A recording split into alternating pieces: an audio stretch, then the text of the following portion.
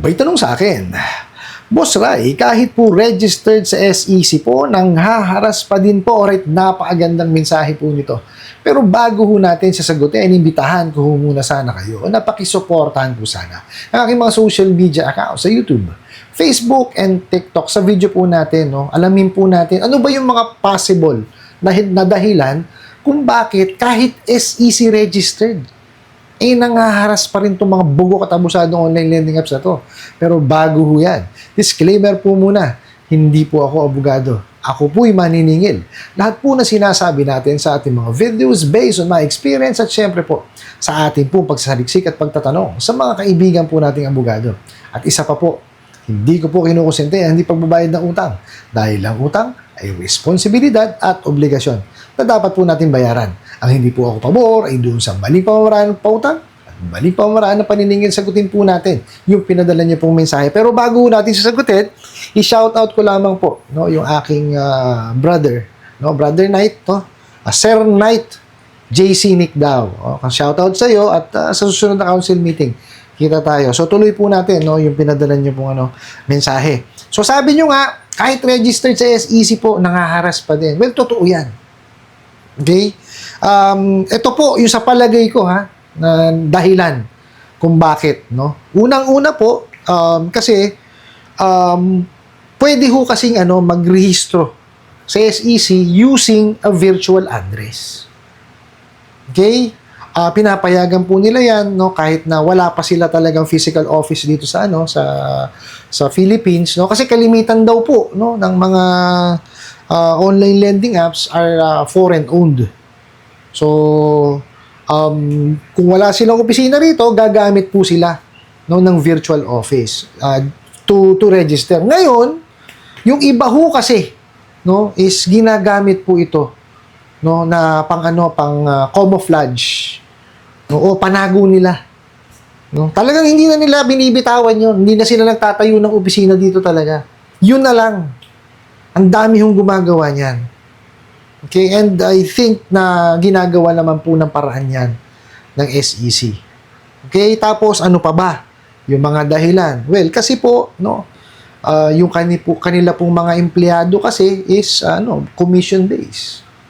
So, syempre, pag commission-based ka, wala kang, makukuha commission pagka hindi ka nakapaningil. Buti sana kung may training yung mga bugok na yan, wala naman. Diba?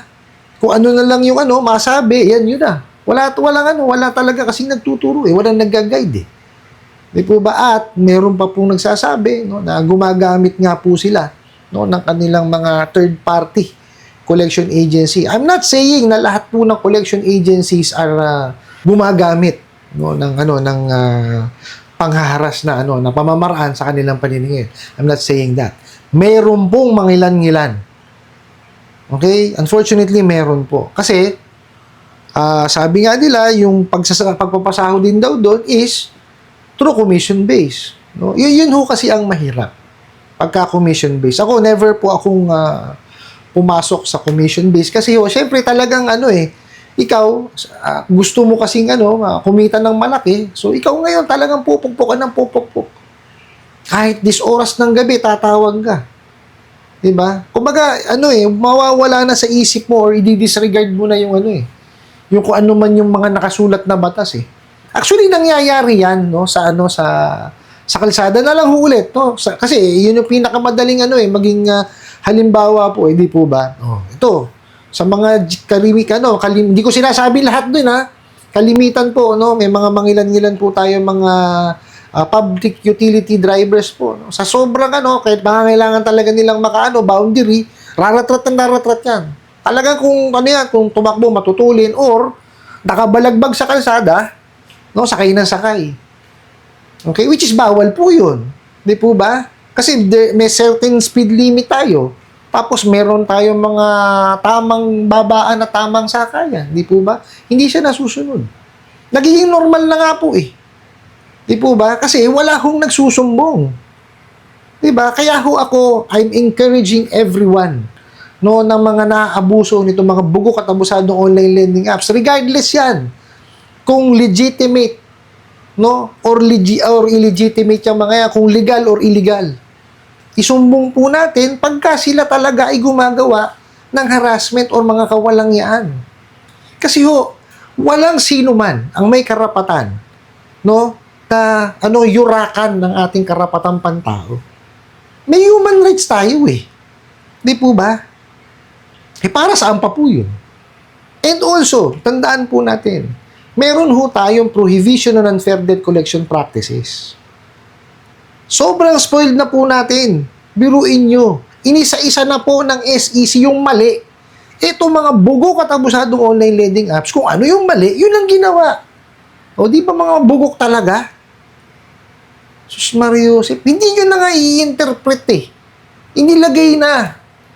Susundin nyo na lang. Diba? Inilagay na yung huwag gawin eh. O, diba? Mga walang ya kayo eh.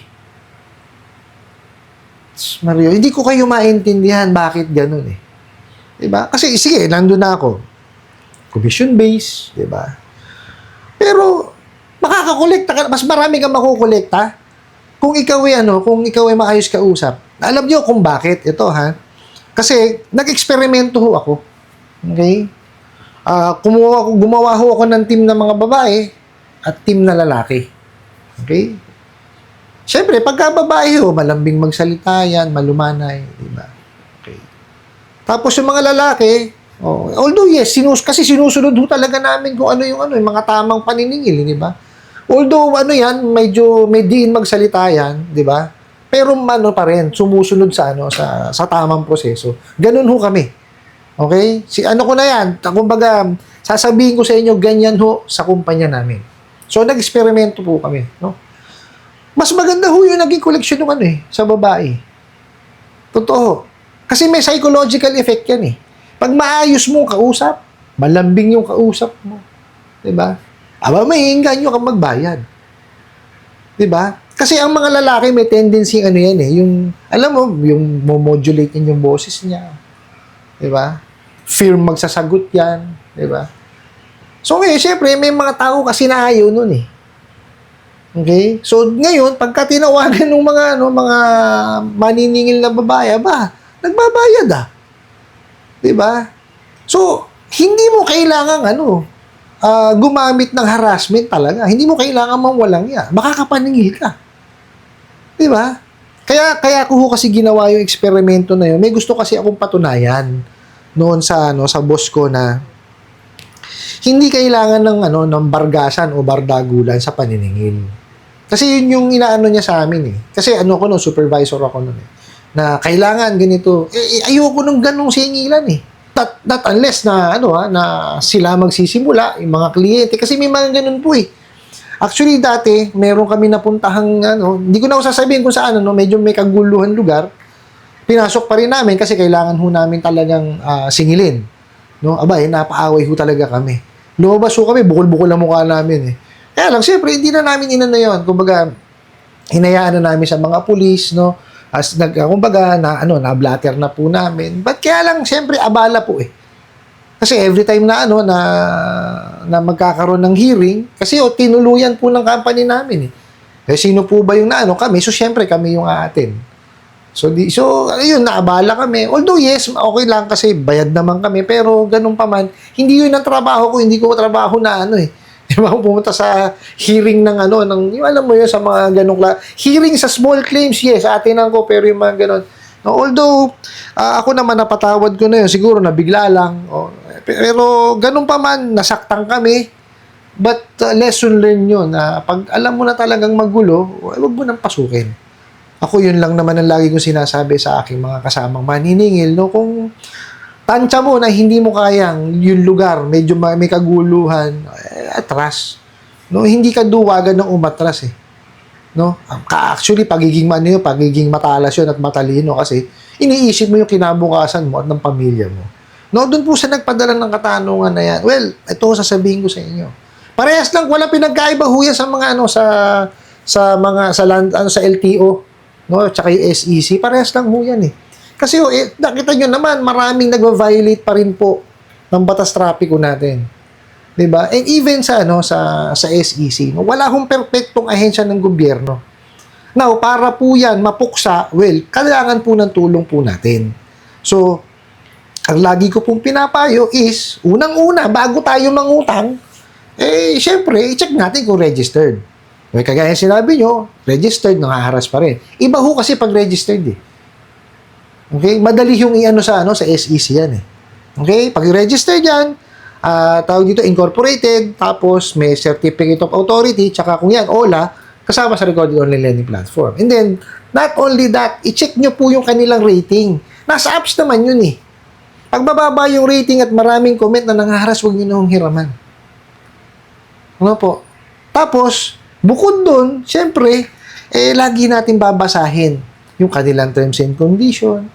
No, importante ho yan eh. No, hindi ho po pwede na dumaan sa feeds natin, dumaan sa wall natin, nangangailangan tayo, hiraman natin. Hindi ho. At syempre po, lagi po natin i-gauge yung sarili natin na kaya ko na ba talagang gampanan, no, o panindigan yung obligasyon ng pangungutang. No, hindi kasi porket may nagpapahiram, no, hihiraman na ho natin. Kung wala pa naman talaga tayong kakayanan. Kasi itong mga bugo katabusadong online lending apps na to, kalimitan sa mga yan, nakaramihan. Hindi naman nag-credit investigate, nagbe-verify at nag-evaluate eh. Di po ba? So tayo, unang-una, i-assess natin sarili natin. No, kasi sa totoo lamang po, tayo po ang susi dito eh. No? Napakarami niyan, naglipa na yan. Marami talaga kayong hihiraman. Sabi nga sa inyo, walang trabaho. Plain housewife, nag-aaral, nakakapangutang. Ganyan na ho kadali ngayon manghiram. Now, kung talagang gusto nyo sumakit ang ulo ninyo, wala na ho kung magagawa ron. Kasi ginawa ho natin itong channel na to, no, para tayo po makatulong. No, magkaroon tang awareness, no, na hindi ho lahat ng po pwedeng hiraman, hiraman natin. Diba? Kasi kung hindi naman kaya ng isip natin at damdamin natin yung gagawin sa atin, huwag na ho nating hiraman. Ano po? Kasi ang panghiram po ay obligasyon na dapat po nating bayaran. Okay? Kailangan po natin bayaran kasi may obligasyon tayo sa kanila. Kaya nga lagi yung sinasabi, pag illegal, kung magkano i-disburse, yun po ang bayaran natin. Di po ba? Ngayon, kung doon sa mga legitimate, sa mga legal, kung talagang nagipit tayo, makipag-usap tayo. Ngayon, kung ihaharas pa rin tayo, sa tabi natin. Kasi importante po sa atin, di ba, ay yung ating mental state. Okay? Kasi pagkayan po ang nasira, naku po, di po natin alam kung saan tayo papunta. No? Kaya ingatan po natin, no, yung ating sarili. Lagi po natin tatandaan, iba po yung may alam. Ano po? I hope nasagot ko po itong katanungan na to at sana po yung makatulong. Maraming salamat po sa inyong walang sawang pagsuporta at panonood sa aking mga video. Maraming salamat po sa inyong pag-like, pag-share, pag-comment at pagtatanong. And kunin ko na rin po itong opportunity na to na imbitahan po sana kayo na pakisuportahan po sana ang aking mga social media accounts sa YouTube, Facebook, and TikTok. Hanggang sa muli po. Yun lang.